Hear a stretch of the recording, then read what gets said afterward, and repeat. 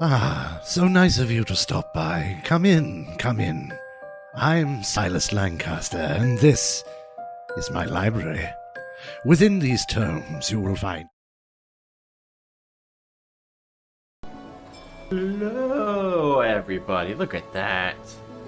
Looks like everything is right where it needs to be. Welcome, everybody, to Solo Rolling. If you're new to the show, what this is me playing Dungeons & Dragons by myself and without a DM. And sometimes I die, but that's okay. Let's turn this light down a little bit. There we go. Oh man, that's so much better. Oh, one too many. There we go. And I swear, I don't cough all day, and I think right when my zero tick wears off is solo rolling time, and then my cough comes back. So I do apologize. Yeah, I'm excited for this one, because last time, if you were around, you may remember I started a little down in the dumps because I thought I was going to die like right away. And I don't even want to say I got lucky because I planned it pretty well and I did pretty dang good, if I say so myself. And I was able to survive. So before we get too far into the recap, talking about what happened last time, I did want to real quick shout out Tabula Sono. If you haven't heard about Tabula Sono yet, it is currently on Kickstarter. It is a new virtual tabletop system where you are able to it really brings the feeling of sitting around a table with your friends, because the DM or the GM of the game is able to draw on this gridded floor and raise and lower walls as you go, and you can use STL files that you imprint, so you can put your own minis around and drag your own minis around the board. And you've got a free camera everybody's got that they can move around and look at the entire board. It's a very cool system. Tomorrow night, one of the creators, Jim, is going to be running myself, Danny, and Ernest through a little one-shot on the system. So make sure you tune in and check that out at, I believe it's 8 o'clock. It is for sure 8 o'clock right here on this channel. That is going to be a lot of fun, so definitely don't miss that. GooseCon. Let me put a link in chat real quick. We are trying to host our first ever convention this year in September. It is called GooseCon. It is going to be a tabletop convention where there's going to be tabletop board games, there's going to be tabletop RPGs. We're trying to get all the geese there from all the other shows on the network, and also we are trying to get we do have some really cool featured guests going to be there. Cast Party is going to be there. We're very excited for it. What we're trying to do is we are currently in Kickstarter, so you can go to Kickstarter and search for GooseCon, or you can go to goosecon2022.com, or you can search for GooseCon 2022 and it will pop up. And it's going to be in Cincinnati, Ohio this September. The cool thing is, even if you can't make it, we do have tons of tiers where you can either sponsor a table. If you've got a podcast or something you want to talk about, you can sponsor a table for the entire weekend. You can sponsor the event. You can also pledge without rewards, or you can pledge like $1 and then get pledge $18 more to get a cool exclusive GooseCon 2022 shirt that is going to be Kickstarter exclusive. So a lot of really cool stuff going on there. We're about halfway to our goal and 10 out of 30 days in, so I feel like it's going to be close, but I'm very, very optimistic that we are going to hit our goal. So we need your help though still, just in case. So go check that out. And dang it, And I'm so mad at myself that this cough literally shows up 10 minutes before starting this. So, if you missed last week, I actually got to a really good breaking point because I was tracking down a book, found a bunch of spiders, found the book. Johnny also says every backer gets a free hug from him, so that's worth it right there. The thing is, though, if you don't come to GooseCon, it's going to be really hard logistically to line those hugs up, so think about that. But yeah, so last game, I was trying to find a book, found the book, got attacked by a bunch of spiders. One of the people I tried to save died. I ended up getting saved by some soldiers. Went back to town with the book, turned the book in, got some gold for my reward, and then woke up in the morning and immediately got another quest where we found another petal for our little portal thing. I can pop a new petal in the portal, and I'm going to be going to a Lamstrand's manor. Lamstrand is the person who created all these portals. We're going to go to her mansion and just poke around a bit, see what's going on. And I am playing a level 3 swashbuckler Minotaur rogue. Named Harry Three Fingers, of course. Now, on my notes, I don't think I said what page I left off on, so I'm just going to need to scroll until I find chapter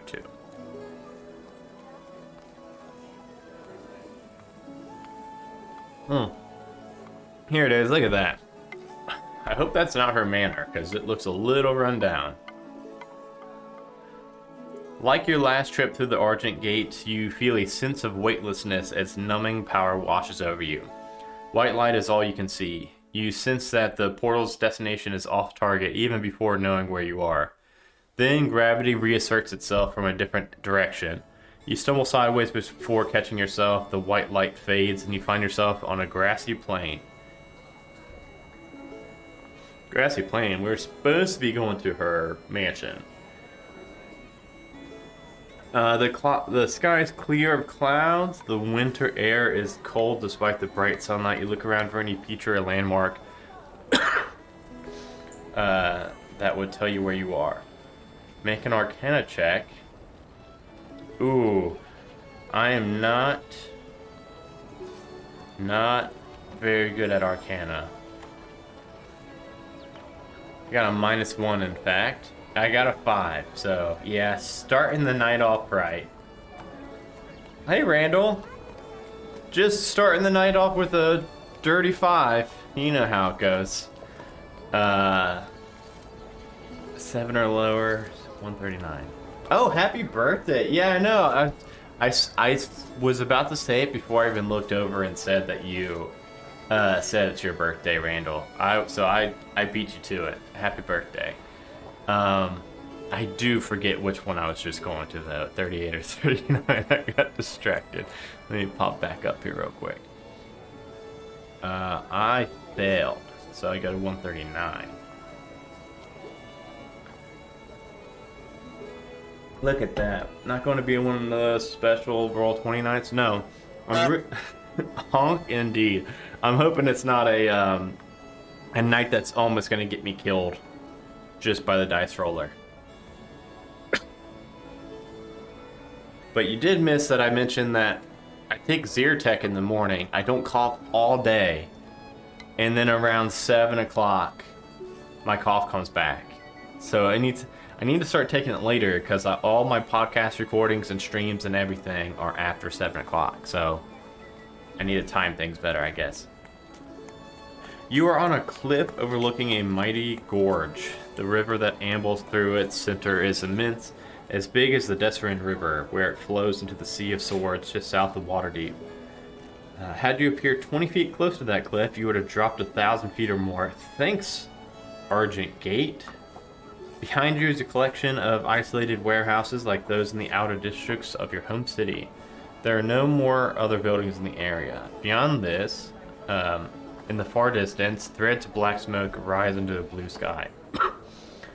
Something about the distant smoke is ominous. I think distant smoke is always ominous, to be fair. You feel that it heralds an approaching doom. You're about to leave your exposed position at the cliff's edge when you see two orcs approaching from behind a low hill. They point towards you and seem to be arguing. A moment later, one begins walking in your direction with the weapon drawn, and the other runs northward. So a different direction. You know what? I think I'm going to sit. I tried standing. My first roll is a 5. I'm going to hope that my sitting... Oh gosh, you can see my mess better than when I sit. The orc says something as it approaches, though it's still too far to hear its words. Then it starts moving faster. Shit. The creature's stride turns into a jog, and then a flat-out sprint. Sunlight glints off the edge of a battle axe that the orc carries. It has another weapon, a hand axe, tucked into its belt. Oh, so... so it is... Okay, so it is fighting me.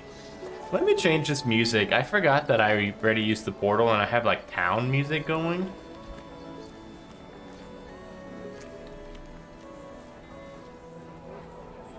Let's just do some, we'll just do some woods. You know, just wood stuff. Okay, so... What map are we looking at here? 2064? Oh. Didn't need a whole lot for this one, did we, Randall? It's just the open field. Okay, so I'm 140 feet away from it. The ground is flat, clear in every direction. Expand the dimensions of the battlefield. You know what? Hey Johnny, look, I'm using all the halfway to heroes. Oh, whoops. So I have been using... Whoops. I'm a big old noob at. And we'll give him a spider. Just because. Alright. If it wins initiative, it moves as shown on the map using its aggressive special trait to get closer to you. Good luck beating me in initiative. I'm just kidding. I don't know why I said that.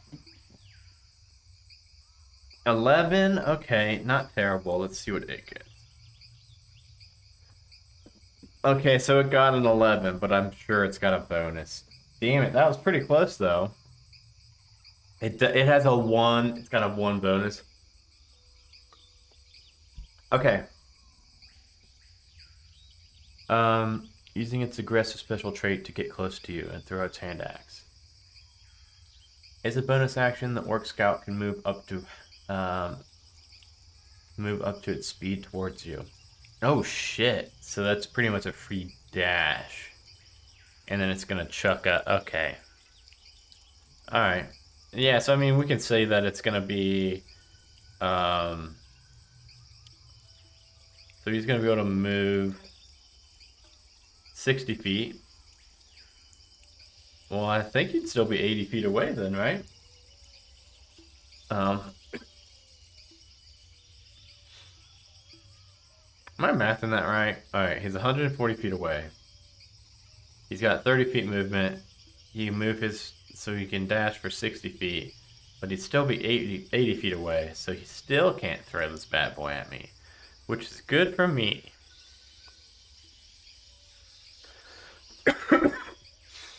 I'm not gonna get super into the distances just because what I'm gonna do, of course, you all know me by now, is I'm gonna try to shoot with an arrow. This is the like the rangiest rogue I've ever seen. But the short bow just does so good. 23, especially with that. And with that sneak attack bonus, because there's no one around him. So that's 13 points of damage, just like that. Plow. Just like that. Plow, plow. And then,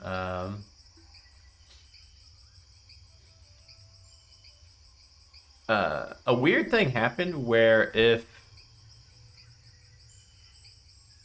I like to keep, so now I've got 3 monitors. I think you guys have heard me talking about wanting 3 monitors for a while, and having to wait till I got this basement set up.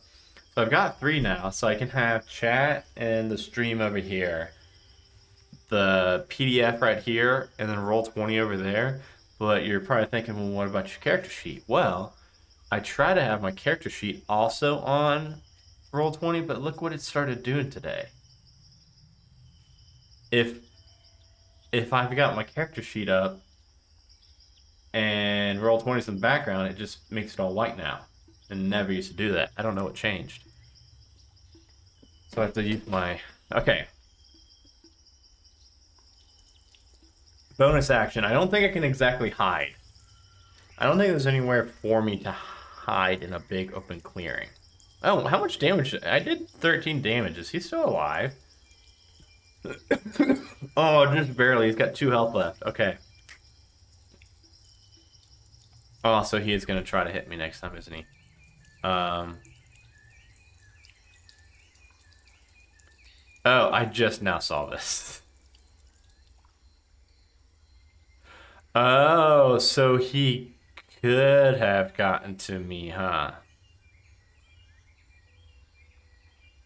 I see, I see. Well, I'm sorry. I didn't mean to rain on your plan.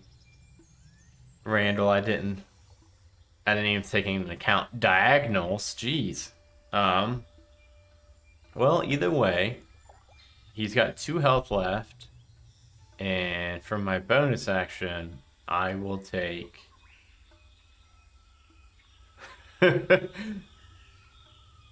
I was considering. I think I am. I'm gonna. I'm gonna. Oh no! Wait. Oh, the cliff's behind me, isn't it? I was gonna turn and dash and try to like kite him with my bow, but that's not gonna work because I think I got my back up against the cliff 20 feet away. I'm fine. I'll just wait for him to run at me, which he will now. And he can get to me now. He can completely get to me because that aggressive. Wow, it can just move up to its speed if it can see you. That's crazy. All right. Well, he can get to me, and he's got a +3 to hit. Ooh, an 11 almost certainly does not hit. Oh, is there? Okay. Oh, that's okay. We're we're going a little loosey-goosey. I got an armor class of 14, so that 11's going to hit as he closes the distance, takes a swing on me with his battle axe, and I am going to double daggers, pokey pokey. If at least one of these hits him, I think the 13, oh, he's got 13 armor class. Oh. So that's going to hit him. I think he's going to die no matter what, because I got at least, yeah. So he's got arrows sticking out of his chest, and I just drive that dagger right into his gut as soon as he misses that axe swing.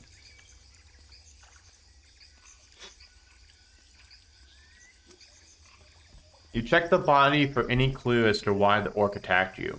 It wears an armband to which is attached to an iron disc, and you examine it closely. A wolf's head is carved into the badge, raised in a howl. The only weapons you find are his 2 axes, both made of iron. Conspicuously, it has no pouches, coins, or other other things humanoids may keep in their pockets. Oh, I don't want those, so no, I will leave those. You look around for the second orc you saw, but it seems to have kept running. You wonder if these 2 have anything to do with the distant columns of smoke. Probably. Eventually, you decide to approach the warehouses. As you round a corner of one of the buildings, you find yourself in a leveled area. You are surrounded by a circle of 5 buildings. The large doors are all painted or pointed towards you. Grass grows up between the old flagstones in this area, and the road leads north between two of the warehouses. From your vantage, you can see nothing else near these buildings except for the grassy hills. Okay. You're wondering if you should check the interior of one of these buildings when you see a strange light. It looks like a body crumpled in the tall grass just up the northern path. When you approach it, you find a bloody suit of scale armor and a single boot. The blood seems to be coming from the severed arm that's still inside the armor's sleeve. With horror, you recognize the insignia on the suit. This belonged to a member of the Red Shield. It seems Arnold and his guard didn't get far enough back from the Argent Gate. Oh no! One of them must have gotten sucked in after you, but it looks like only the arm of the soldier made the journey. Ooh, or perhaps the other pieces are simply appeared in other locations. You could take the scale army if you or armor if you wish. No, thank you. That would be pretty disgusting. Um, yeah, that it's like uh, what is that? It was like hey, I that always grossed me out in Harry Potter, and I think the seventh movie when they splice and he's like missing a chunk of his arm, that always grossed me out. It is then that you notice the refugees. You've come north of the cluster of buildings far enough north that you can see groups of people approaching from the east. They follow a dirt road, fleeing away from the smoke columns. There are dozens of them, some pushing wagons, some riding horses, but most of them on foot. Behind them is an army of orcs. That sucks. I just killed one. Maybe I can act like I did. Oh, is that the town? Okay. All right. At first, the refugees' flight from the orcs seemed futile. Bands of outriders are already catching up, some of them straggling groups, surrounding them and marching them back away from the army. Then you look west along the road and you are near a town of some sort. It must be the refugees' destination. The town is perched on a stone column that rises 1,000 feet from a deep gorge. And along the bridge of land that connects the column to the cliffside, a defensive wall prevents access to the land bridge. And long ago, the wall's builders diverted a small contributory river to make it flow in front of the wall like a fast moving moat. Attackers crossing the river risk getting carried away. Dangerous proposition because the water falls off the cliff, dropping to join the larger flow in the gorge below. The wall and moat form the type of defense that could hold back a small army. You don't know why the warehouses you're standing near aren't inside the walls. Maybe there's no room for them in the village, or perhaps they're used for some smell. I thought I read that too fast. Some smelly industry, but no, some smelly industry like tanning or paper pulping. Uh, is paper pulping stinky? I picture it smelling pretty good, to be honest. Um, Whatever the case, there's such a great stretch of open land for you to cross before the army gets here. You think it's best to hurry to the road and join the refugees before heading to the safety of the town's walls. Not a moment to lose. Ew, it reeks. Paper mills reek. There's a paper plant here. Oh, damn. I don't know. I just figure, paper smells good. Um, so why not paper mill? But I've never been in one. You hurry away from the warehouse, running north along a track before turning west to join the road with the refugees. You fall in with a family that has a wagon. Burly man is pulling from the front while the two children push behind. The wagon includes some small bits of furniture and other valuables, but its most precious cargo seems to be the body of a woman. She's wrapped in bloody bandages, dead or unconscious. This seems to be one of the last groups on the road. A pair of orc outriders from the army are riding towards you, and they're coming up fast on the family, or fast enough that you think they'll catch this little group soon. Okay.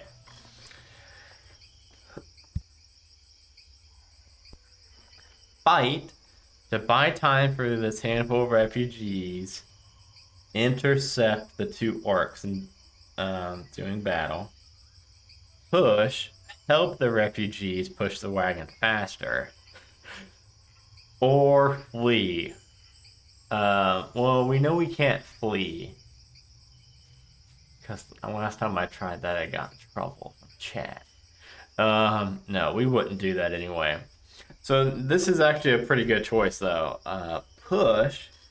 It's kind of risk versus reward. Risk versus reward. I feel like we definitely could push, and there's probably a chance we'd get away from them in time. But then if they do catch us, the family's going to be in a little bit more direct danger than if I stand and fight and try to buy them a little bit of time. Yeah, I know. Randall puts all the just leave, just flee choice just for me, just in case if I was having a really really bad Roll20 night, I might flee. But so far, it's looking good for me. I'm gonna move my stream mic real quick because I feel like I keep talking away from it. I'm gonna try to get in front of me. So, real quick, I'm kind of leaning towards push.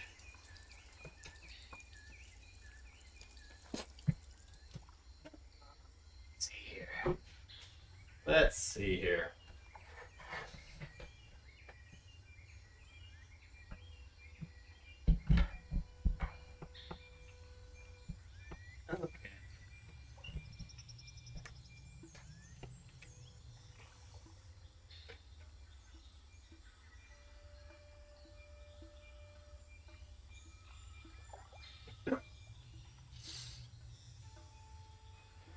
Okay.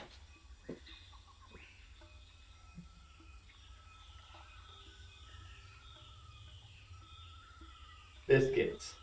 1 second. Push? Yeah, Danny, I think I'm gonna do push.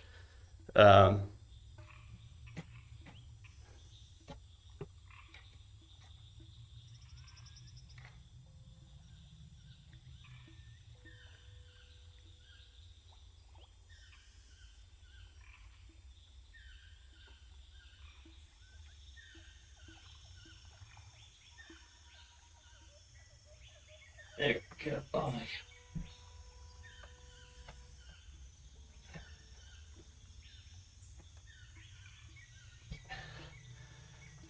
The only person to ever get out of breath moving a microphone. Yeah, let's push. It was very tight to unscrew it, and B, kept bumping up on my monitor arms. Now my monitors got shifted. Dang it. Oh well. We'll deal with that tomorrow, maybe. You get behind the wagon and push, and help the children who are pushing. The wheels start to squeak with the added speed. Behind you, the orcs are still closing in. Will you get to the walls in time? Will the orcs behind you brave the defender's arrows long enough to catch one more group? Oh, that's true. We don't have to really get to the wall. We have to get to the arrow range.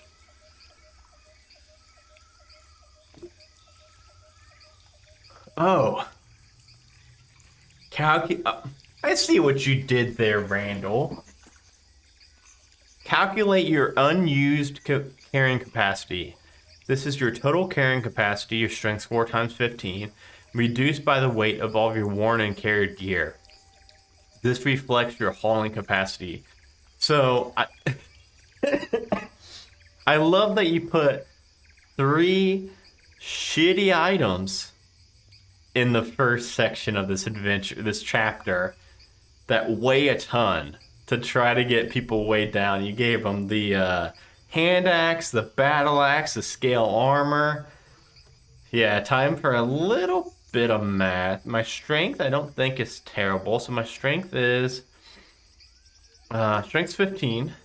15 times 15, of course, we all know is 2. That's not 200, is it?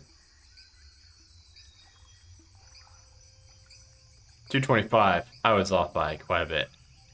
So I can carry 225. Now the question is, let's see how good my note taking are, because I've got some. Hey, my notepad, when I can't find something, it doesn't go bling anymore. That's probably good for dreams.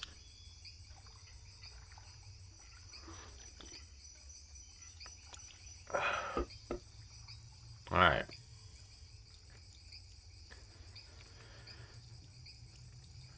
So 225 is what I can do. I think I'm way under that. My cloak doesn't have a weight, but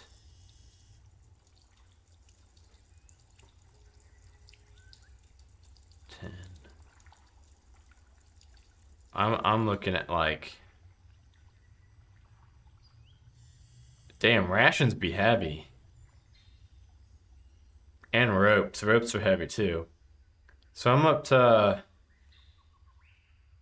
50 pounds. What does that get me?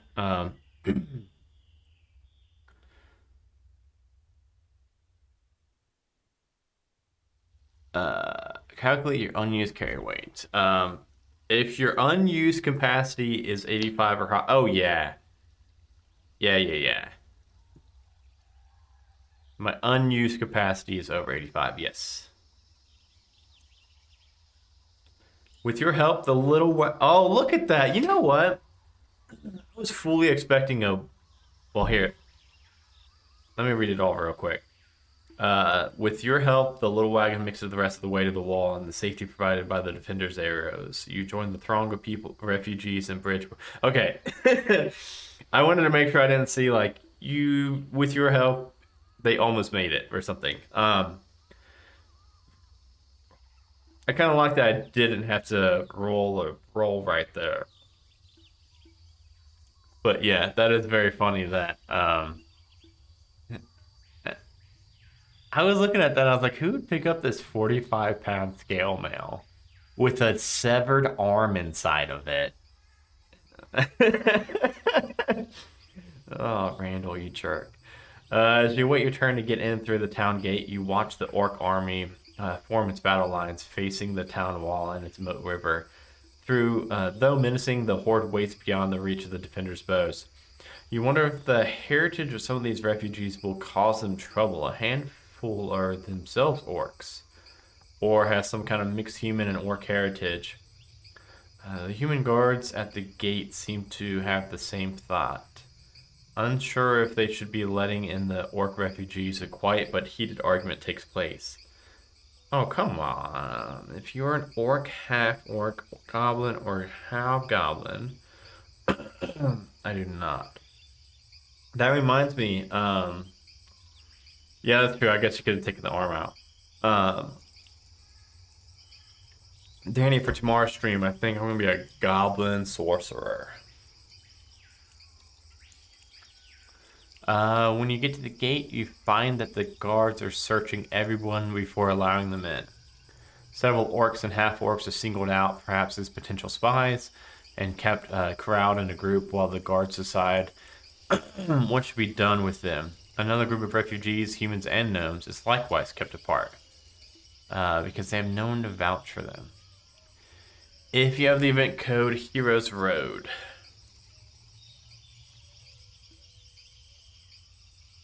No, I do not.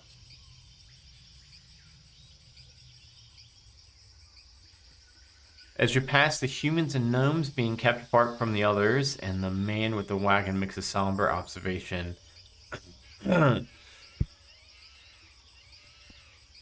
Those are the unknowns, the laborers from the outlying farms, he says. They don't come into town often, if ever, and I don't think anyone's going to trust them. I'm going to be sad if they get turned out. When it's your turn to be searched and questioned, the owner of the wagon you help to push is quick to point out your bravery on the road. No one here knows you, he and the children insist you be let in. Unfortunately, one of the other refugees speaks up. He was previously complaining about the loss of his crop, but he pauses long enough to suggest your heroics on the road might be a trick. They wouldn't really kill one of their own spies. They'd make it look good for our benefit. The upset farmer chews corncob pipe as he glares in your direction. He's holding up a green sash in place, wound tightly around his head like a bandage, and you see blood soaking through. To make a case for yourself, roll a charisma check. Roll with advantage because you helped. Okay. Yeah. I like that. Uh, I don't think Harry's got a voice, and I don't think he ever will. He's a strong but silent type. That was a 6 for the first roll, and a 10 for my advantage roll. If the result is 10 or higher, yes, please and thank you. The guard seems satisfied. Man, what would have happened? This is why. This is why just once. Well, I guess more than once. I want to rerun a solo adventure I've ran. Because there's so many connected dots along the way. I mean, just tonight, I've had like 10 different, if this, roll this, if this, click this, if this, click this. I'm really curious to see like how varying playthroughs can get of these. The guards seem satisfied with the explanation of your presence. They allow you to stay with the other refugees. Although you are not heavily guarded, your groups is still watched and prevented from moving through the town. One of the guards tells you that the mayor is going to be along shortly to decide it's going to be done. Renowned -2.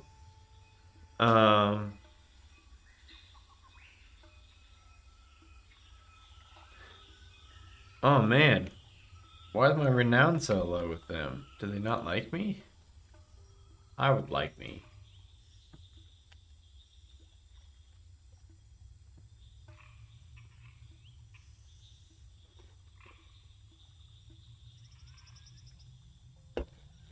Time passes as you wait with the refugees. The town's bell rings once to mark the approach of afternoon. From its tall tower, the tolling must be audible throughout the town, even beyond the wall. Update your character sheet with a short rest. I think the orc missed me. Yeah, it looks like I got everything still, so I'm good.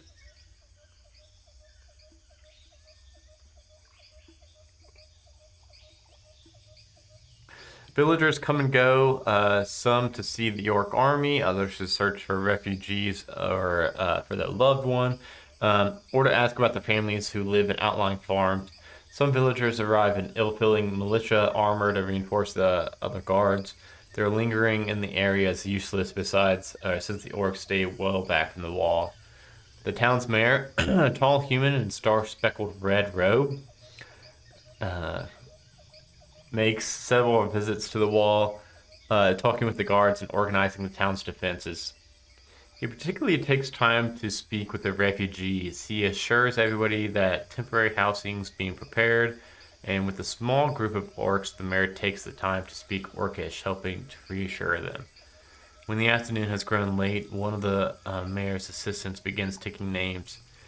The refugees with the family inside the walls will stay with their family members. The rest will be kept in the town hall where the rows of cots are being prepared. Town council, worried about spies, has decided to assign guards to watch refugees. Okay. Is that the mayor? That's kind of how I pictured him. You watch the other refugees being taken to the lodgings, some with friends in their town, some to be lodged in the town center. One by one, refugees' names are called, and when the mayor's assistant gets to you, she begins telling you to follow some refugees headed toward the town hall. But one of the villagers interrupts, and you notice this elderly gnome watching you earlier. I'll take that one, the gnome says, and he leans on his staff as he approaches. Yagmar, don't interfere. Exasperated, the mayor's assistant looks around, hoping somebody will help her deal with the utterly gnome. I would like you not to speak to council members that way. The gnome shakes his staff at the assistant. I've got room in my home, and you must heard Mayor Starkey. Do you doubt he would allow it? Fine. The young woman sighs, and she waves you toward the gnome.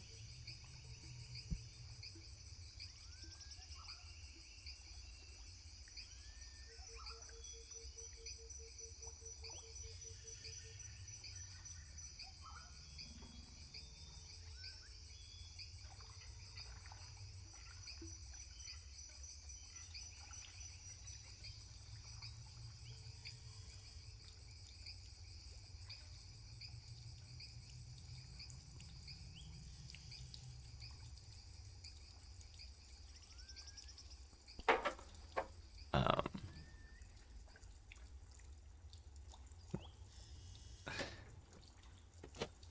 yeah, he used to go to bed at 7:30, and then we started letting him stay up till 8 to see if he would go to sleep later.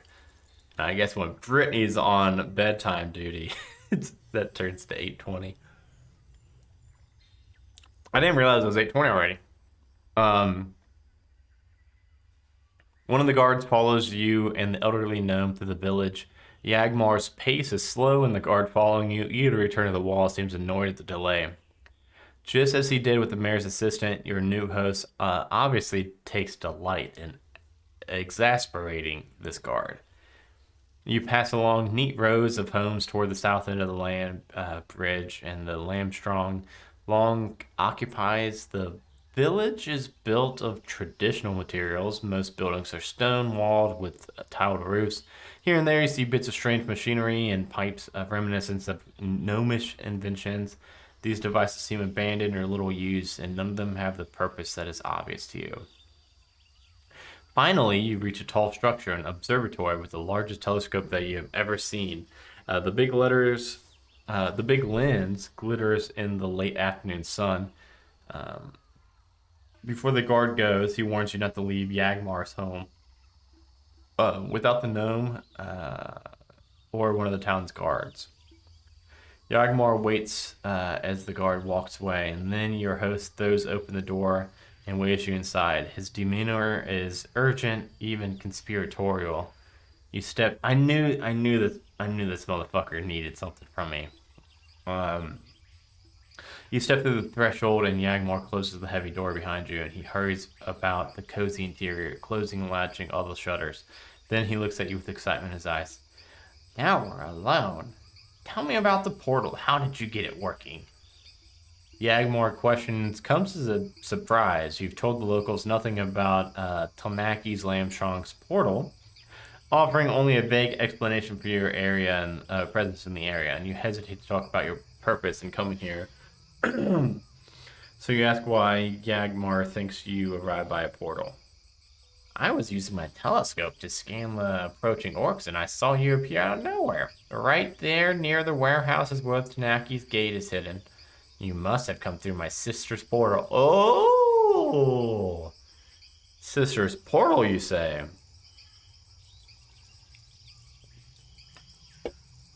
I'm picking up what you're putting down. Wary of revealing too much, you keep the conversation of what Yagmar knows. He has a lot to say about the Argent Gate. That's good. Your gnomish host puts a clay steeper on the hearth to brew his afternoon cup of cake, and then the two of you begin a long conversation. You listen carefully as Yagmar tells you about his family's old manor and the recent events that will affect your ability to get in there. You learn that Telnaki was a stepsister Yagmar and Yagmar's brother Resinal. The Lamstrand family ruled here long ago, thus the town's nickname. They brought prosperity to the town, and with their mastery of artifice, Telnaki's secret portal also brought in a wealth of trade from the nation of Lantan.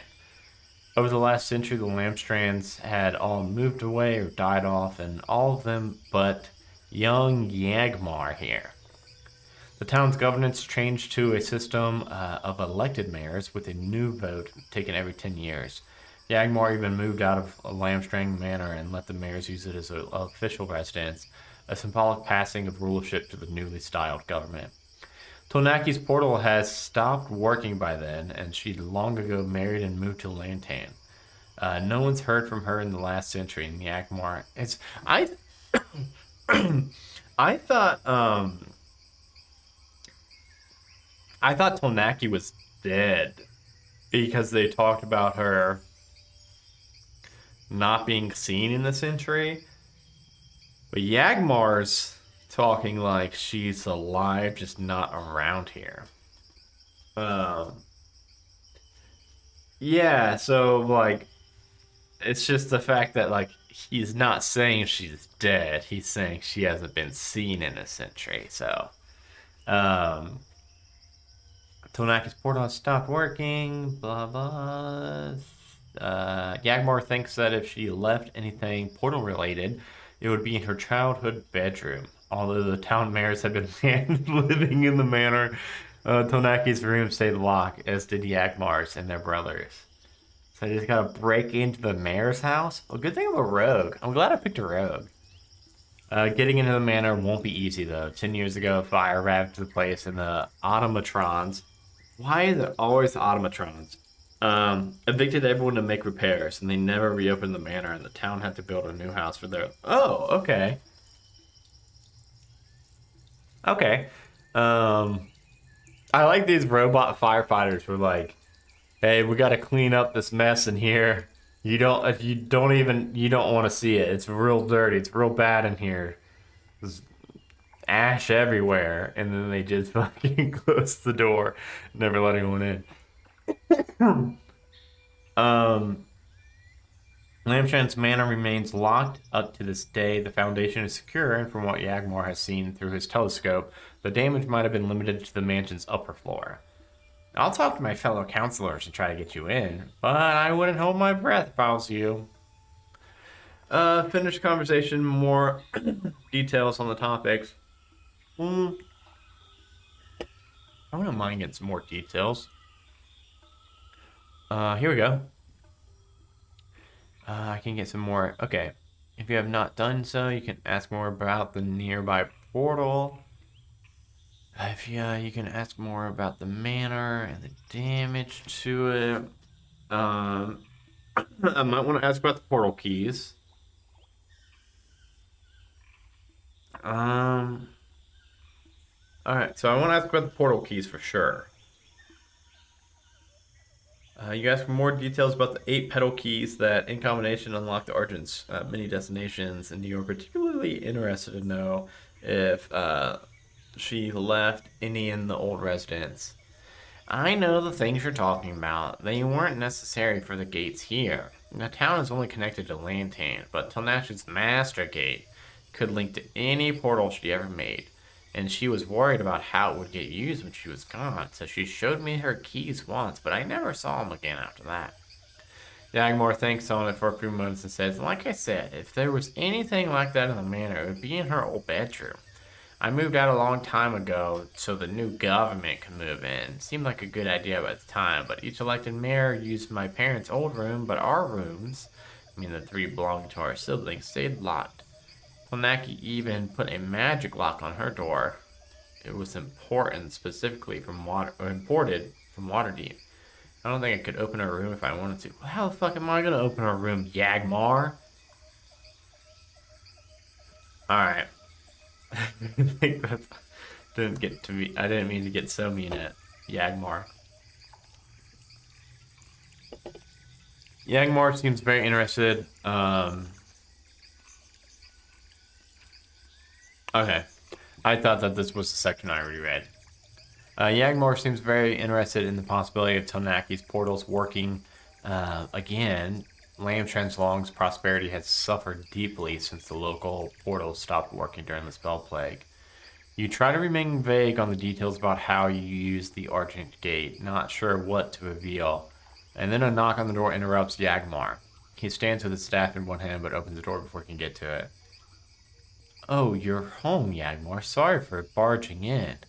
A rotund man stands at the door flanked by 2 more humans. I thought you'd be on your way to the council meeting. Vlad, your host shakes the staff at the intruder. What are you talking about? How dare you barge in here? Do you watch where you're pointing that staff? Man spits and snatching a short wand from his belt. I'm here on the mayor's orders. Calm your shoes, you little toad. Well, taking stock of pantries. For rationing, you know. There's a siege going on. The orcs have boats in the river and now we can't even fish, so we've pinned in on both sides. Yagmar makes a visible effort to calm himself. If there's a council meeting, why did no one tell me? Vlad glancing knowingly at the villagers beside him. One of them smirks, but seems abashed. Did the messenger not make it this far? Well, if you want to run down to the meeting, don't let me stop you. What, and leave you in my house getting up to mischief? Well, surprise, I have a guest who can keep an eye on you. Awkward, I don't want to be like these random strangers' babysitter. Just make sure they don't take anything. Who put one stranger in charge? Oh my god. Yagmar. With Yagmar's departure, you try to do his ask. However, it's not easy to keep an eye on the council of Vlad and his two attendants. The three of them spread out at once and look through different rooms, and you're unable to watch all of them at once. They begin opening cupboards, drawers, closets, anywhere that food might be kept, and even some places it couldn't be. As you watch one of the humans bending down to look through the gnome-sized shelves of the pantry, you see a movement from the corner of your eye, and you glance that way in time to see Vlad pushing a glass ball from a table, and it breaks with a resounding clash. If you have a passive insight of 10 or higher, I think I do. My passive insight is 10.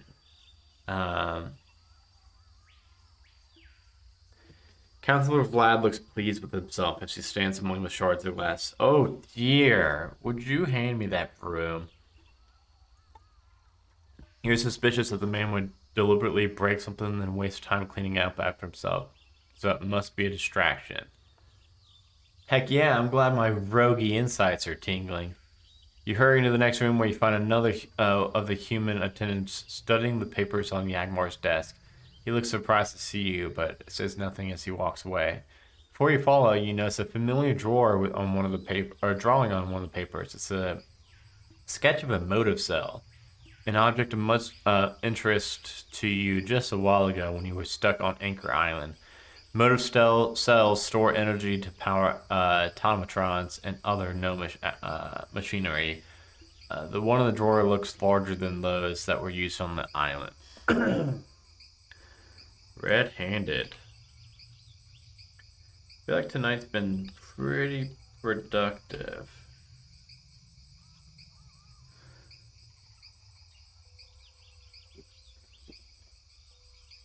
When the three humans have finished snooping, you stand by the door checking that they're not carrying anything that they didn't come in with, and fortunately none of them have any mysterious lumps under their clothes. Yag returns soon after the three humans have left. The mayor is going to treat with the orc army. No better man for the job, if you ask me. He knows the local tribes and spent years out there living among them, so let's go watch. Let's go watch him treat. You follow Yagmar up the tower stairs and then up to, with the telescope, gotcha. Then up to a ladder to reach the top of the floor of the observatory. The mayor's got a good rapport with the tribes. He even adopted a couple of their orphans. I'll bet Vlad and his cronies won't be calling him an orc lover after he talks us out of a war. I realize that this dude's voice is slowly becoming Theodore's voice. Danny. At the top of the tower, you find a strange mechanism, and Yagmar climbs into a chair set amongst the pulleys and gears, and he begins pumping at the pedals while spinning a nearby dial. The room rotates, and Yagmar's chair rises out of it with the giant telescope as it turns toward the ground. We're just in time. Check this out. Your host leans away from the aperture, giving you space to look through it, and the telescope is pointed at the procession of guards who just left the gate. They walk over the bridge in two columns carrying a white banner, and you recognize Mayor Starkey's red robes as the man. Oh God, Mayor Starkey's so dead. I think he's so dead right here. Minutes later, a line of orcs leave their encampment and ride toward the procession. An orc wearing an iron helmet dismounts and walks the rest of the way to meet the mayor alone. Two of them stand on the far side of the bridge to parley. I wish we could hear what they're saying, Yagmar whispers. I suppose we'll have to find out at the town meeting. There's generally an assembly at dusk. Eventually, the parley breaks up and both sides return to their lines. And when it seems nothing will happen, Yagmar leads you downstairs. Yeah, I'm gonna tell him about this fucking dude who's reading his papers. You tell Yagmar that you caught one of the rash encounter studying papers. Lounce. You follow Yagmar to his office. Diagrams of a moto cell. I should have guessed. They probably thought I had some of the real things around here, but Vlad and his ilk live in the old tower. If they could find charged moto cells, they could power the inventions Tonaki built into that place, particularly the iron rod. It's that massive pole that rises above the water. You probably saw it already. It's a weapon that could zap anyone near the town. Having it working would give Vlad's faction tremendous clout in a village. It might be enough to win the next election. Yagmar collects the papers and locks them away in a drawer. If Vlad thought I had charged motive cells, he'd stop at nothing to get in again. He's probably desperate. It looks like Starkey might want to get us out of this mess with the orc army. That would mean Vlad won't win over another election anytime soon.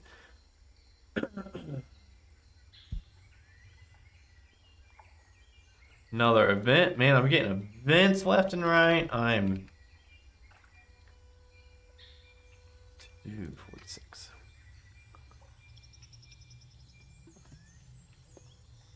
As the sun is setting, you and Yagmar prepare to attend the village assembly. You help your host check that all the windows in the house are locked. And then Yagmar puts on his hat and picks up his staff from its place by the door. You're not forbidden to carry weapons, but I recommend you don't. Seeing you armed might make the villagers nervous. Not that I wouldn't like to see Sharmas turn squeamish at the sight of you, but I think you should be the one that makes that decision. Go unarmed, go armed. I don't like that I've got this choice.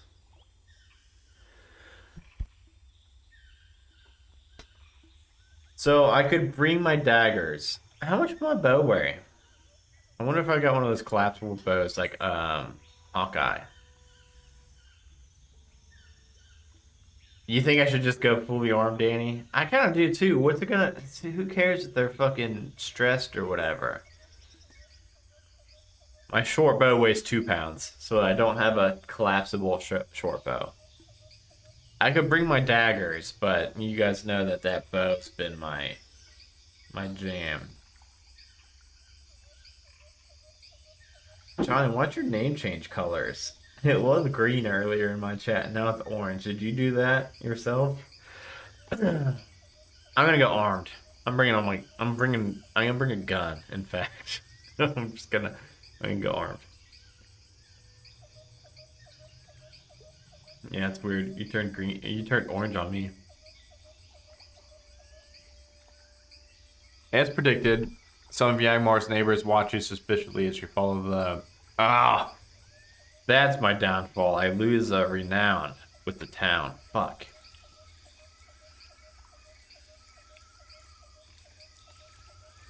So I'm at -3 rep in this town. I don't know why your name color keeps changing. Alright. So they don't like me. You follow Yagmar toward the town center where the rest of the villagers are assembling. You can see that a wooden stage has been erected there, and nearly 100 people have already gathered. A large group of refugees stands slightly apart from the rest, watched by the town guards. Fire springs up in the 2 clay braziers, lighting the stage and drawing the crowd's attention. I keep wanting to read that as Mayor Stinky instead of Mayor Starkey. Mayor Starkey climbs up to address the assembly. I've prepared a few remarks, the mayor says, raising his voice above the crowd. I parlayed with the enemy forces and I offered a tribute, but the orcs don't want it. They've demanded our total surrender, and they've given us 3 days to think about their demand. You know what? Okay, pause. It took me this long to realize that this adventure is called Siege at Lamstrand Long. And it's here now. It's the Siege at Lamstrand Long. Took me that long to figure that out. Okay. Speaking of, the stream bot just dropped a link to the thing. I don't know if 5 people have picked that up yet. But that link, that looks like you'd have to copy and paste because it looks like the chat bot did a bad job at pasting it. Yeah, there might be some link uses of that. 50% off of this adventure code. So check that out. All right, man, that was a big sidetrack. The council and I don't believe these 3 days are a sign of the orcs' benevolence. That's the time they think they'll need to cut and haul lumber from the North Dark. They'll build siege equipment. They mean to take our town. But there's hope. The mayor raises his voice to the quiet crowd. In 3 days, we'll have reinforcements. When we sighted their army, I sent Tabor's son to get help. He has the fastest boat in the fleet. They were already down the river, reaching by the time the orcs got their barges in the water. He'll be on Hill's Edge by tomorrow morning and in Hardbuckler soon after. By the time 3 days are gone, our allies will be here. And a cheer goes up from the crowd. Just to warn you, we might need to hold out a day or two more. And we need to start rationing food just to prepare for the worst. Mayor Starkey pauses for the crowd to grumble. The rationing was already been instituted, but no one seems happy about it. And finally, a load of refugees came in today. Many are orcs, but these are not the same orcs that are camped outside our walls. These are our neighbors, the farmers who sell us grain, the farmers who sell us wool. You already know them and you trade with them. The council has planned to keep an eye on every refugee, and there's no reason to fear the orcs already among us. Now, the mayor says in the assembly, let's take a meal and have a bit of song to fortify us for tomorrow's labor. I don't have a passive inside of 14, so it's 13 or lower. I go to 181. Cheered by the mayor's plan, the villagers shared a meal from a common table near the stage. In a show of hospitality, the mayor's assistants ensure that the refugees have first in line to eat. The fare is meager. It seems cobbled together from the pantries of various homes. You recall that Yagmar's pantry was only inventoried, but none of his food was taken. Perhaps your host's status on the council affords him special treatments in that regard. When the ration food concludes, 2 singers lead the village in local songs. However, distant howls spoil the melody. Carrying across the river from the orcs' camp, the enemy must have a dozen wolves among them. After the interrogation, Mayor Starkey calls on an end to the assembly. Let's go to our beds. New militia orders are going out, so be ready when your shift is called. For those who can work, refugees included, there's a bit of labor that needs doing. I want everybody rested for that. The onstage braziers are extinguished and the villagers begin to drift back to their homes. The mass of unsponsored refugees return to their lodgings in the town hall, accompanied by a dozen guards. A lone guard follows you and Yagmar until you reach the gnome's observatory. The tower room should be plenty comfortable tonight. I'll make sure the hearth is lit so you can be warm and rested for the morning. Mayor Starkey was serious about working. The town's tense. There are rumors about spies among the refugees. The mayor wants to stop the whispering, but by keeping you lot under guard and working you hard. He wants the locals to see you have value for the defense. You climb the winding stairs up the tower. The circle chamber has a hearth and a bed and a desk behind a curtain that divides the part of the room into a suitable sleeping area. Long rest. I am. Oh, you know what? I'm gonna mark a long rest.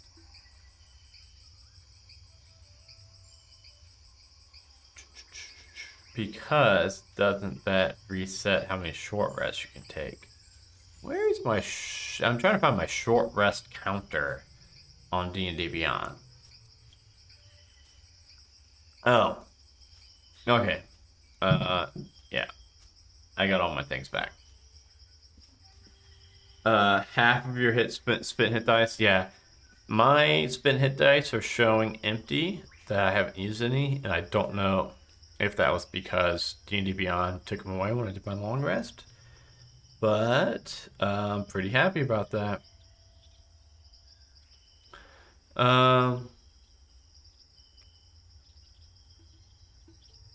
Okay, this is a new page. Your well-needed rest is burdened by thoughts of how you will get into the Lamstrand's family manor and how you will escape the siege. Your tower chamber is just beneath the dome of the observatory, and in the early hours of the morning, you climb the ladder to operate the telescope. I'm just driving this dude's telescope.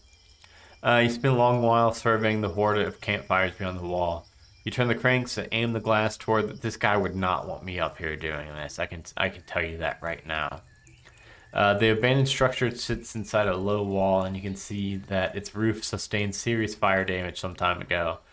From your high vantage point, you can see down at the burnout cauldron of the manor's roof, the interior of the top floors.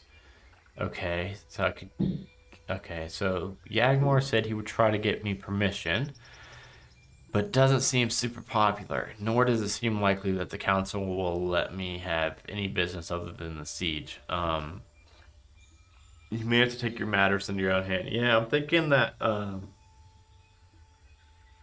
might have like sneak in the roof or something. I don't know.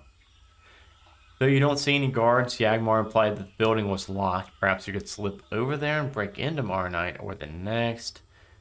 I wouldn't want to wait till the next. I'd want to do it tomorrow night, if given the choice. You only have 2 more nights before the orcs' promised attack. You resolve to study the town's security tomorrow and devise a way into the manor in case Yagmar's efforts come to nothing. You're about to return to your room when you notice a wall bisecting Lamstrand long into 2 divisions, east side and west side. What could this interior wall be, you wonder? Maybe Yagmar can explain it later. You descend the ladder to your chamber just below the observatory. The fireplace coals are glowing warmly, faintly illuminating the chamber. On the far side is a curtain that walls off the sleeping area. You find the bed and sit on it for several minutes, thinking about the event of the days. And then you hear the movement at your door. As you hear the scratching, then a loud crash shakes the door in its oaken frame. You're amazed that the latch didn't snap. Hide under my bed. I don't think a Minotaur can hide under a bed, so I think we gotta scratch that option.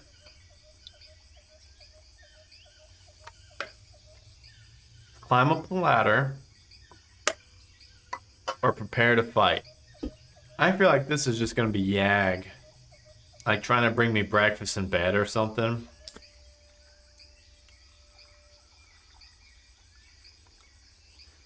I think I'm just gonna prepare to fight. Yeah, I'm gonna prepare to fight. Like, I can't hide under the bed. Yeah, here we go. The second hit breaks open the door. Oh, never mind. I guess it's not Yag making food. The second hit breaks open the door, sending pieces of metal latch flying across the room. The smell of brimstone washes over you, and you hear a heavy footstep on the threshold. The faint light from the window throws a shadow on the curtain that still separates you from the door, outlining a corpulent humanoid feature. What is this? Randall, what is this?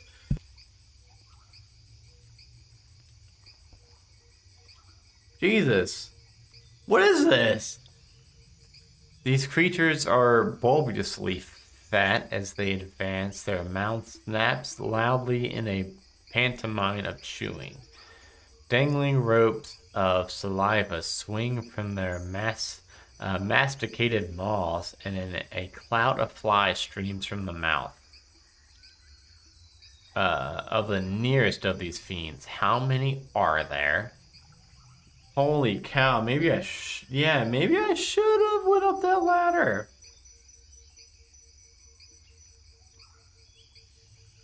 It scared me so much I spilt my drink a little bit.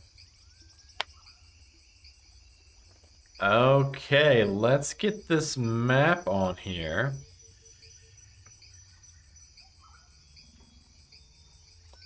$225.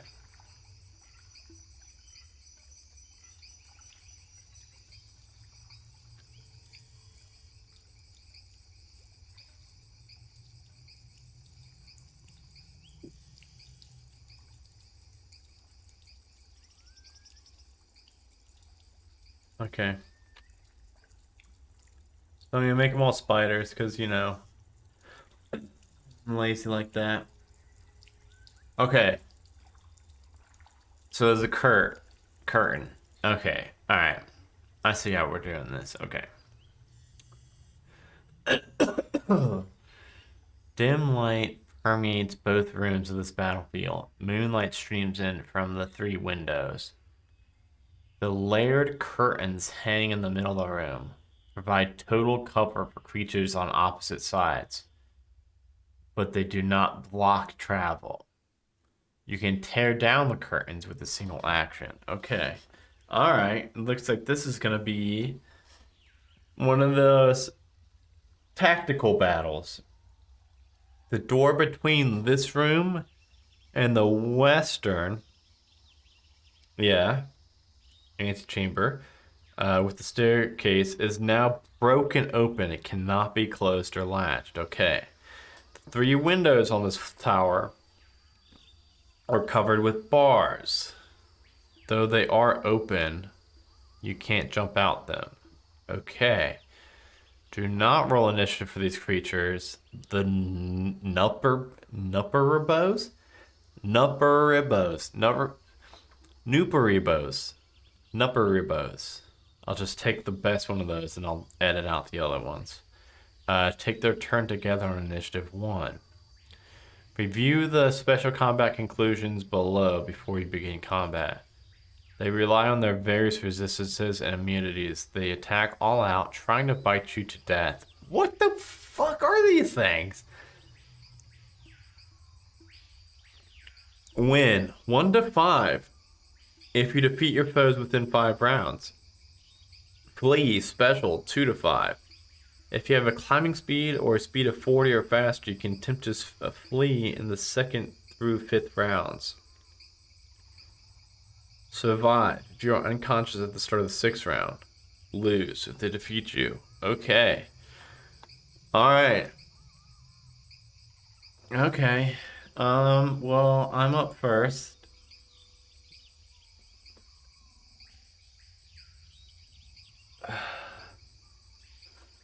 Okay, so it's got total cover while it's behind that curtain. Um,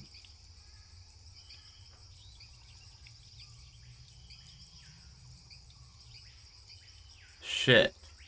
What really sucks is I'm not gonna get sneak attack since one of its friends is within 5 feet of it.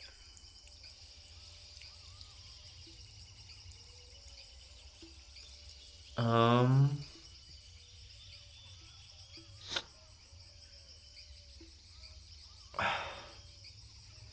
I'm trying to think of a way I can kill it in one turn.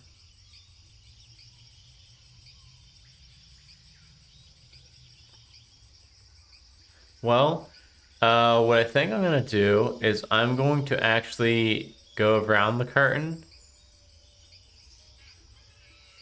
I'm gonna go diagonal 5, 10. I'm gonna try to poke it with my rapier. I know, we haven't seen this thing in a while, have we? 16 to hit. I mean, that's gotta hit. If that doesn't hit, I rage quit. Man. Yeah, these things have 13. Um, 5 points of damage. Unfortunately, I do not have sneak attack.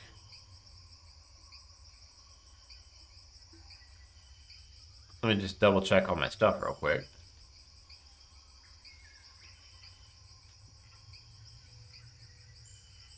Okay, and then what I think I'm gonna do is I'm going to then disengage and run back here where the bed will kind of be blocking my angle a little bit, I hope.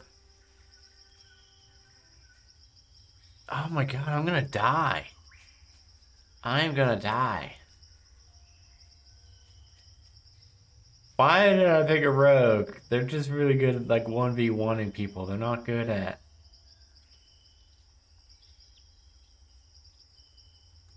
Oh man, this is gonna be really rough, you guys. Okay. Well, it's their turn. My heart's pounding. I mean, it's gonna lumber over to me. And, oh,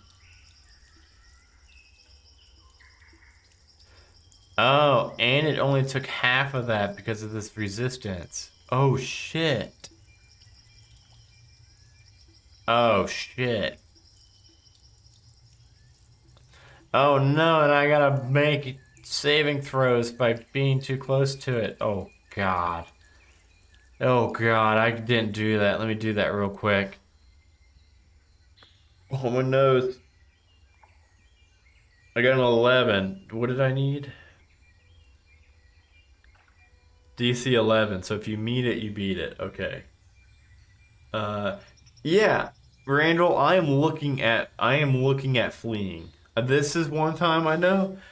I know you've reminded me once or twice that like, hey, you can flee if you want, and I've either forgotten or just ignored it. I'm fucking fleeing from this fight. There's no way I can do this. And it might be one of those like Final Fantasy fights or whatever where you can't do it. And it's like you're supposed to run or die or whatever, but maybe not. Maybe it is. Maybe if I was a different class other than a rogue, I could take these. But right now, there's just no way. There's no way I could kill these, I don't think, being my build and my spec. Um, so this one's gonna try to bite me. And he is. My armor class is 14. 6 points of piercing damage. Oofa doofa. Ow. Okay. Why didn't I hide under my bed or run up the ladder? I thought this was my fucking gnome buddy bringing me breakfast in bed or something. Um, 5, 10. I don't think.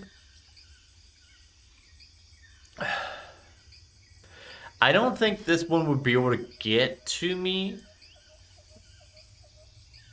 because I think climbing up on the bed or throwing the bed or whatever, somehow it would be difficult terrain and they would be out of movement. And I don't know if that's me cheesing it or not. I think it's okay. This dude's still gonna run in and just kind of like burst right through the curtain. Now I got these 3 dudes in my path. Um,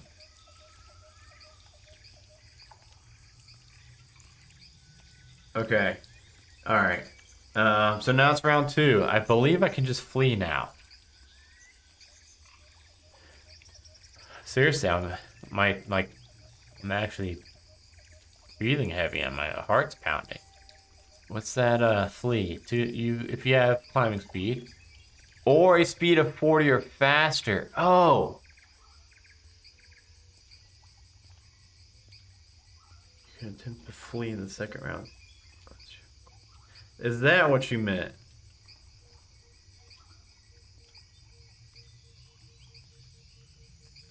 That's what you meant. Yeah, check. Oh gosh.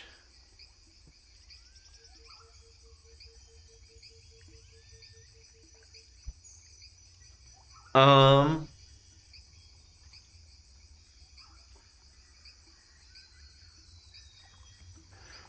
yeah, so let me see. My speed is 30. And as a Minotaur, I do not have a climbing speed. So,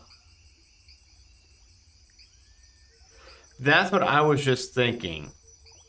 I was just thinking, what about. I wouldn't even. I don't think I'd even use my disengage. I think I would double dash. I would dash for my action. Because you can. Um, let me make sure I'm not making this up. You can pretty much reduce an action to a bonus action, but you can't. Um, Let me double check this real quick. You choose when to take a bonus action, unless the bonus action thing is specified.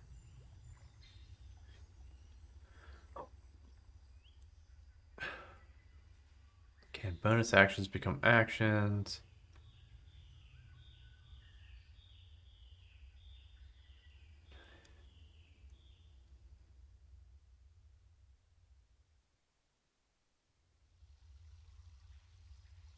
Maybe not. Maybe I was just talking out my butt right there. Let's see what Jeremy Crawford says. Actions and bonus actions aren't interchangeable. Um, so I cannot double dash because I still only have one bonus action. Oh wait. Oh, but those are actions. Yeah. I was confused. I thought like dash and hide and stuff, I thought those were bonus actions already. And then I was like, wait, that's only because I'm a rogue. So, yes, I think what I'm going to do is use my action to dash and then a bonus action to dash. Um, and that means this dude's going to get a hit on me when I try to run through. But I think I'll take that.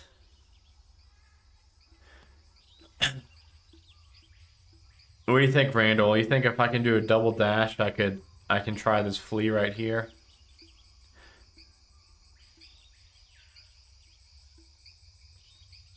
You're the author. You can give me permission or not permission.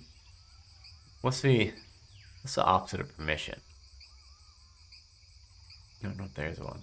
That's what I'm gonna do. So I'll give him a attack of opportunity on me. Um. Oh, I didn't even roll the damage for his last hit. Okay, well that hit doesn't have. Oh yeah, I did. I took the damage. I took the 6. Um. All right. So yes, I am going to just full on shoulder check him, dash, dash, dash, dash my ass off. Because I want no part of this. I want to go find Yam and have him deal with this shit. You climb the ladder and push through the trapdoor into the dome tower top. When you slide a crate of heavy cogs over the trapdoor to weight it down. Good thinking. Um, From the gap between the two halves of the dome, you look down on the town braziers at several points in the town throw long shadows across the low buildings. Guard towers that darken the path between these structures, though no one seems close enough to call out to. A sudden bang at the trapdoor interrupts your planning. The creatures below are trying to follow, but the heavy crate keeps the trapdoor closed. You look around the dome chamber for another way to escape. A quick search reveals a rope ladder tucked inside another crate, and you could use this to climb down the other side of the tower. Though you remember your orders not to leave the observatory. Well, I think this takes precedence over that. Perhaps you could be forgiven in these circumstances. Yeah, I would hope so. Alternatively, you could simply add your way to the trapdoor and hope they give up. Oh, that is some good options. Wait for them to lose interest. Make noise.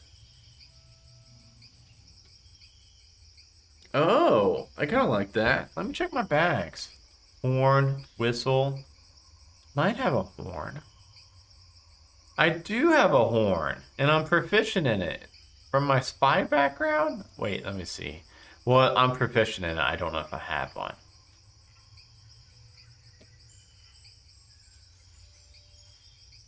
Damn it, I don't have one, but I know how to play one if I ever find one. Um, Danny, are you still there? I need help. I don't know if I should bid on it and hope they give up or climb down. Might have to just like roll a d2 or something.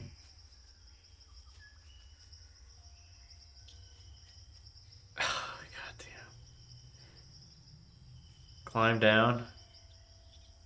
Okay, yeah, let's climb down. Because I really, to me, they're both so similar, so close in my head that I don't know which one I would actually want to go for.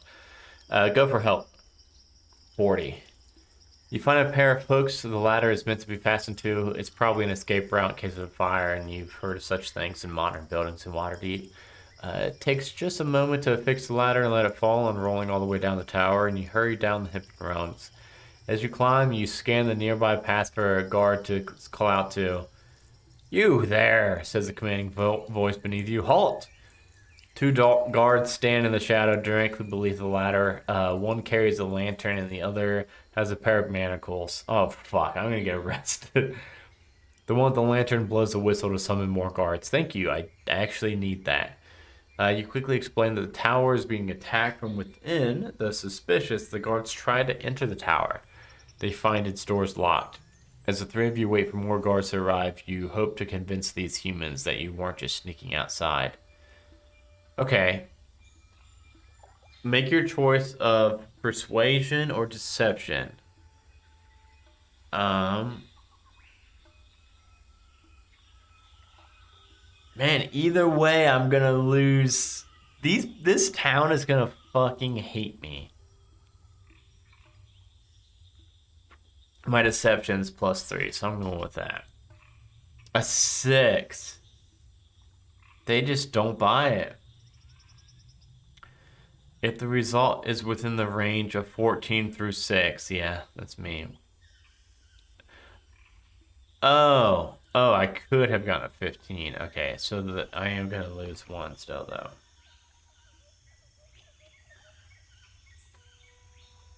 Together, the guards have heave a boulder against the door, splintering the wood and breaking the lock, and the 6 of you rush inside to find Yag. You and the guard search the tower for Yagmar. Damage is everywhere you look. Tapestries are ripped, paintings torn down, furniture smashed. Trail of destruction leads through the chamber all the way to the ground floor, and what is with it, a lingering scent of brimstone. It takes several minutes to find Yad. You discover him in a hall closet, peeking to see if it's clear. Where did they go? Is the whole town under attack?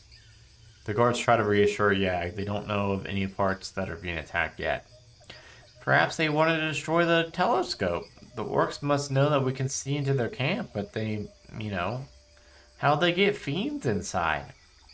When the guards are sure the tower is empty, they leave to make a report to the mayor.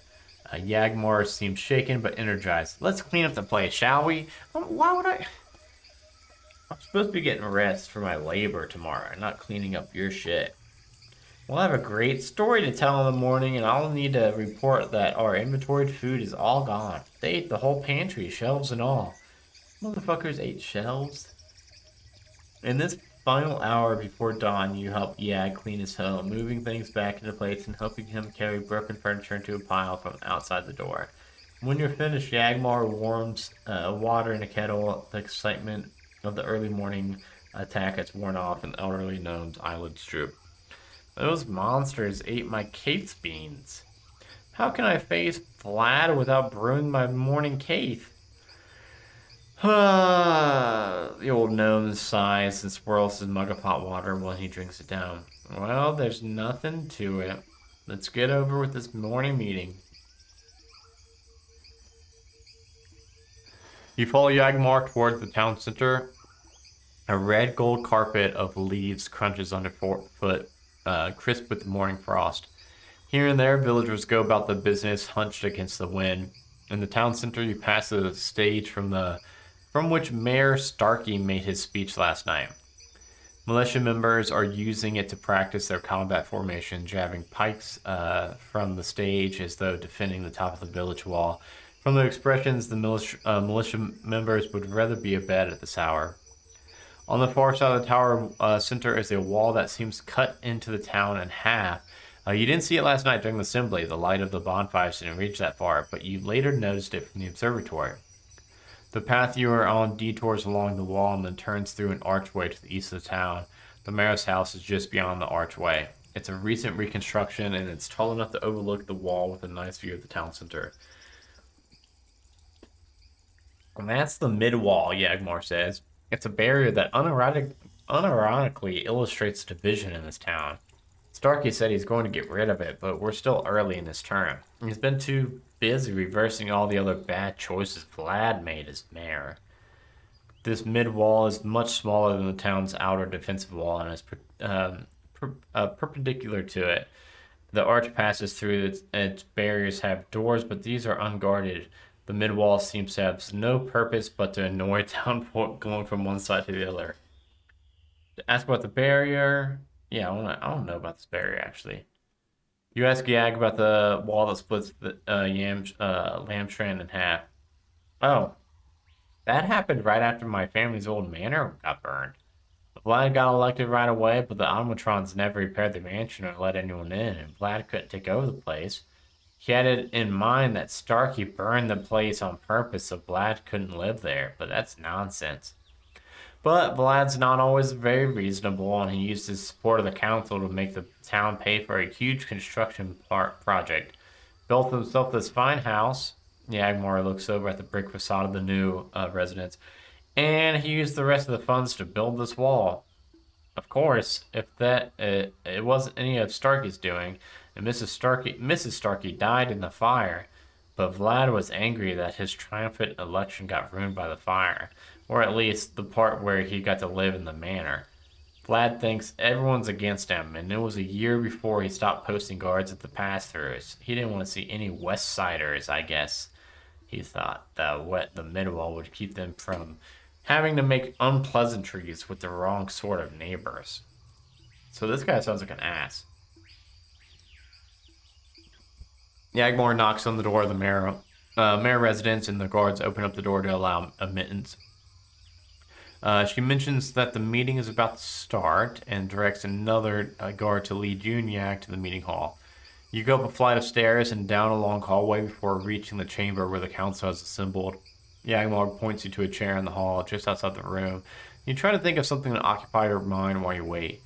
You overhear bits of the meeting through the thin door. The counselors discuss a range of topics, most related to the siege, but some counselors seem intent on going on about the town's regular business.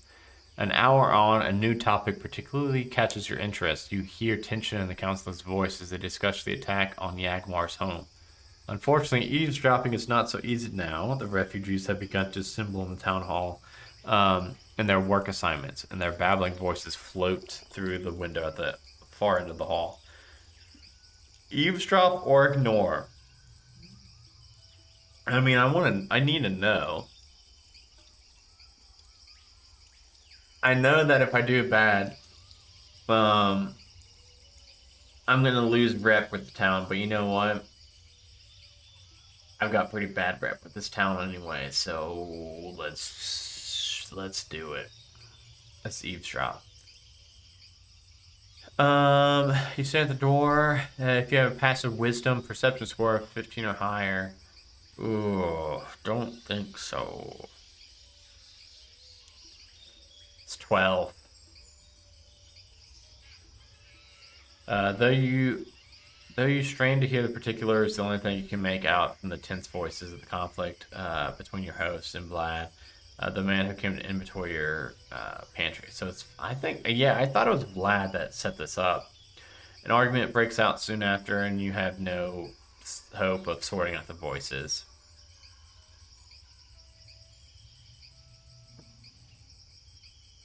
As you sit in the hall, your attention is drawn to the large window at the end. Though through it, you see refugees assembling in the town center to receive their work assignments. You watch them idly through the window. Soon, you see something disturbing. A gnome child in a green shirt is imploring some of the guards. Though the guard seems disinterested, the child is insistent. She keeps pointing toward the mayor's house. You think she's pointing at the window you're looking through, maybe even at you directly. The doors from the dining area open a few moments later, and inside you see the counselors getting up from the table and preparing to leave. Yagmore stomps out and motions for you to follow, and one of the guards at the door pushes it open for the pair of you to exit. I've had too much of Vlad's accusations. Yag begins. Behind him, you see the four guards standing abreast facing the entrance. That gnome child with the green skirt peeks out from behind them. What's this? Counselor Vlad asked loudly, the rest of the council now leaving the mayor's house. We have questions for your ward, the guard says, addressing Yagmar. I'm sure it's nothing. You know how children can be. She insists she saw somebody in the observatory dome last night. She says that someone received a bird, took it inside, then later brought it out to fly away. I wouldn't pay her any mind, only what she describes sounds much like spycraft. Like the guards, you first think the child was making up a fanciful story. Then you wonder if someone may have scaled the tower, entered the observatory through the dome. That would explain how a pack of fiends could just appear in the home. Intruder would have summoned them there directly. If you can cast detect thoughts, I can't do that. If you had told Yagmar of the spying.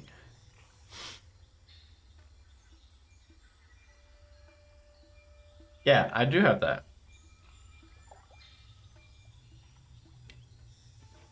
The other counselors begin to mumble amongst themselves, casting suspicious looks at you and your host.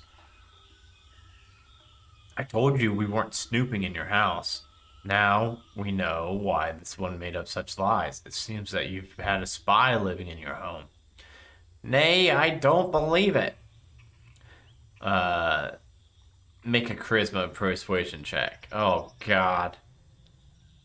Oh, God. Oh, God.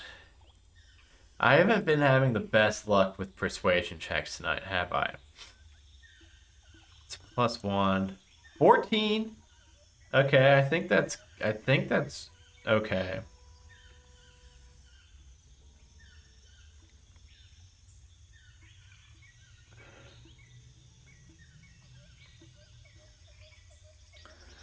One, two, three, four. Ooh, it's at -4. I almost went to jail. What would have happened, Randall? I go to jail and the adventure ends. That's why I'm telling you, I want to run through these more than once. Because I literally have a -4. So I don't go to jail here. Oh my god. The townsfolk eventually seem willing to discount the child's accusations as mere fancy. Vlad tells the embarrassed guard to take her away and find her parents. Amid the awkward silence that follows, Yag grabs your arm and leads you away from the crowd. The council didn't agree to let you inside the manor, but the issue isn't settled. There'll be a vote tomorrow, probably. Yag slows before the two of you enter the busy town center, and he keeps his voice low. When I described the attack on my pantry, the other counselors were impressed with how you kept your cool. They think that you're kind of a hero. I told them your quick thinking and stopped the attack from spreading elsewhere in the town. Maybe that's true, maybe not, but I want them in the right mood for when I requested that they let you into the manor. Of course, Vlad thinks I pulled one over on him. He thinks I recognized you and plucked you from the refugees as a way to get advantage over him. Probably why he opposed giving you the manor key. He's naturally suspicious of everything. I didn't explain what you want to find in there. I'm sure he'll get the details from you directly. He'll probably try to strike a deal, and his faction council votes might get you inside the manor, but he's going to want something in return, so be careful around him. With that warning, Yag wanders away to attend his council duties, and you're left to stand in line, waiting for the work assignments. I think this is a pretty good stopping spot. Um, yeah, I think this is a pretty good stopping spot. And so in 2 weeks, I'll just pick up with me, get my work assignments, and I'll do some chores or whatever.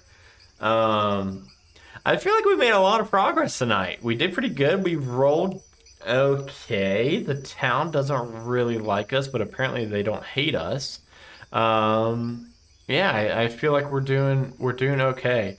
I need to write these notes down so I can have a good recap next time. But yeah, again, thanks to Tavern the Sono. If you haven't checked that out, check us out tomorrow here at 8 o'clock Eastern Standard Time. It's a brand new virtual tabletop system where it's actually like 3D, and you can put minis on the table, and you can move your camera around and see the whole scene. It's very cool. Check it out on stream. Jim, one of the creators, is going to be showing us around as we do a one shot. Biggest thing to talk about again is GooseCon. If you want to hang out with me, Danny, all the other majestic geese from all 14 of our shows, there's only going to be one time a year, hopefully. We want to make this an annual thing. There's only going to be one day a year, or one weekend a year where you can come, hang out with everybody from the Majestic Goose Network, play tons of tabletop games, play tons of tabletop RPGs, watch live podcast recordings, podcast panels. It's not just going to be Majestic Goose members there. It's going to be Cast Party is going to be there. That's going to be a lot of fun. We're going to have an open board game collection with like 150 or more board games where you can just check out for free, play some games with your friends, meet some new people. It's going to be so much fun. And we've got a Kickstarter going right now. It is GooseCon 2022. You can either head to Kickstarter and search for GooseCon, or you can just go to goosecon2022.com. And if you can't make it there in person, hey Randall, if you can't make it there in person, there's some other ways you can pledge. Because right now we're at about 50% of our goal. 10 days in, and we've got 20 days left. So you are probably thinking like, oh yeah, I mean, it seems like you're going to hit that goal. But really, usually in the middle of a Kickstarter, there'll be a little bit of a slump. So I'm expecting this next 10 days to be that little bit of a dip. And I need that to not happen. We need to make sure we continue to at least sell something every day going forward. And that can be either a $1 pledge and then adding on $18 exclusive shirt, a GooseCon 2022 shirt. You could sponsor a table for $25 where you get your logo, whatever you want, or your website, your podcast, whatever you want on a table for the entire weekend. Anyone who plays at the table is going to see it. You can sponsor the event where your logo will be on our banners, on our website, on any kind of promotional materials we send out. It will be there. There's a lot of ways to support it, even if you can't make it there. And if you can make it there, there's a lot of really cool things to support us too, like VIP badges. VIP badges get you some cool stuff, including playing a game with some Majestic Geese in person at the event for sure. So yeah. I feel like it's actually doing very, very well on Kickstarter. I had no idea what to expect when we launched it, but now I'm feeling very good, and I just am very excited to hang out with some listeners, and even I'm even excited for like people that don't even listen to anything on the Majesticus Network to just say, "Hey, a new tabletop convention in Cincinnati, Ohio. I'll go check that out." And we've had a couple people do that. A couple people don't even know what we are, and they're coming just to go to our convention, which is kind of cool. Um, and I've rambled a long time when I should have been looking for somebody to um, to raid. So I think I will really quick just search for somebody on here to send your guys' way.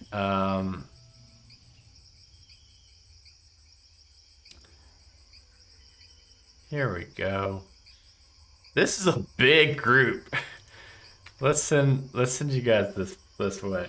Oh, thank you, Randall. Yeah, I feel really good, and I like seeing the number of pledgers. I even when people, we've got like 2 or 3 people that have pledged us $1.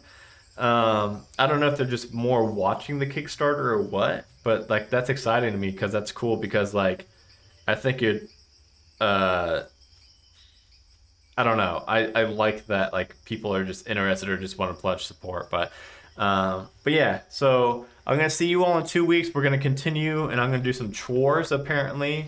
And I'm gonna raid Frankie Don't Give a Fork. I don't know. They had a lot of people on this D&D stream, so I was kind of curious how this is gonna work. It's like a 7-person party. But here we go. Have fun and give them a honk when you get in. See everybody.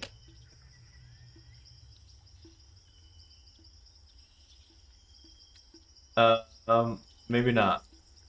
Frankie Don't Fork isn't letting me raid. Let me find somebody else real quick. I'm just gonna grab someone. I'm grabbing these people.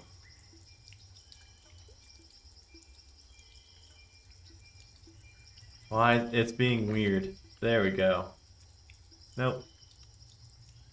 It keeps adding.